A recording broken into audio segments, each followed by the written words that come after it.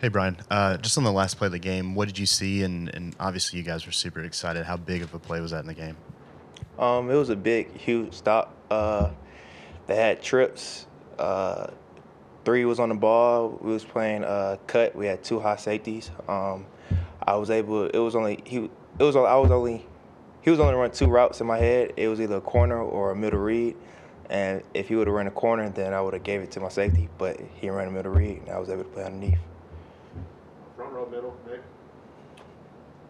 Yeah, turnovers. You guys got one in the game, but have not been at the same rate as past years. I mean, what would you attribute to that? And what do you guys need to do to make sure that maybe number rises a little bit in the last few games? Um, just keep trying to get takeaways in practice.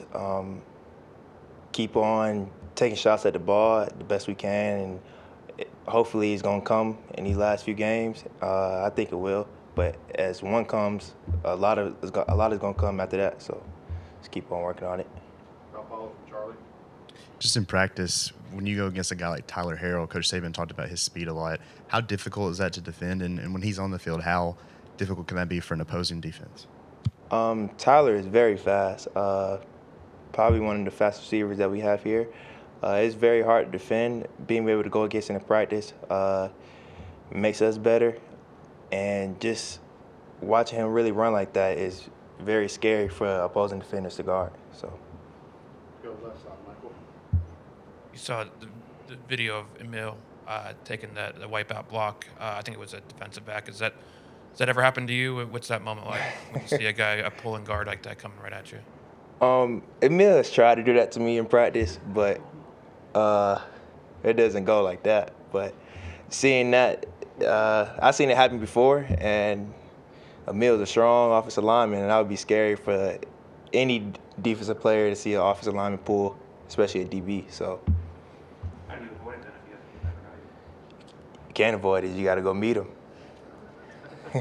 Front row, right side, Tony. Yeah, I was gonna ask something about that, but what's going through your mind in a situation like that? You're a guy that's in the slot a lot, and you might get that pulling guard. What's going on in your mind when you got somebody maybe twice as big as you running at you? Like I said, you gotta go get him before he gets you, and that's the best way to put it. It's football, so hey, stuff like that's gonna happen, and you work out for a reason. So. Any commiseraries to the Ole Miss guy that took the hit? Hey, that's Emil for you. So. Far left, Mason. We always talk about how the next man up mentality is important to maintain, but that was the case with Terrion Order when he had to come in for Eli Rick. So how was it kind of just seeing your teammate being able to step up and contribute to the win, after, coming in for another teammate? That was big, especially coming from Terrion. Terrion was hurt, I believe, the game before that, and seeing him get his opportunity and take advantage of his opportunity just shows that he prepares during practice and he's ready for when his name is called. So, for sure. Two more questions. Go all the way in the back, Carrie. Hi, Brian. In a season like this where so many games have come down to that final play and you're able to get it done, on Saturday, just what have you learned from these games that are so close throughout this entire season? You just got to fight to the end. We work hard for a reason, and in situations like that, that's when our preparation has to kick in.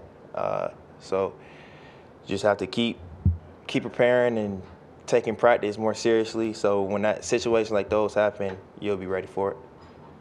Last question, James, right in the middle.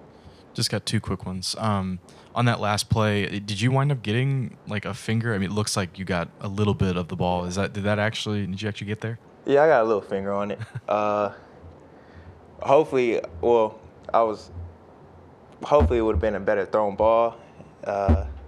Probably kind of got more fingers on it, but I'm just glad he didn't catch it. So. And when you're in that kind of trailing and you're in man, you're kind of trailing there. Are you still watching? Like, are you still looking back at the quarterback? It's such a quick play. Are you still looking at the quarterback? Or are you just trying to like look at receiver hands? Like, how are you trying to manage that? I was able to look back at the quarterback because I was in phase. But usually if I'm not in phase, I can't look back at the quarterback. Just have to play the man through his hands. So. All right. Thanks, Brian. Thank y'all.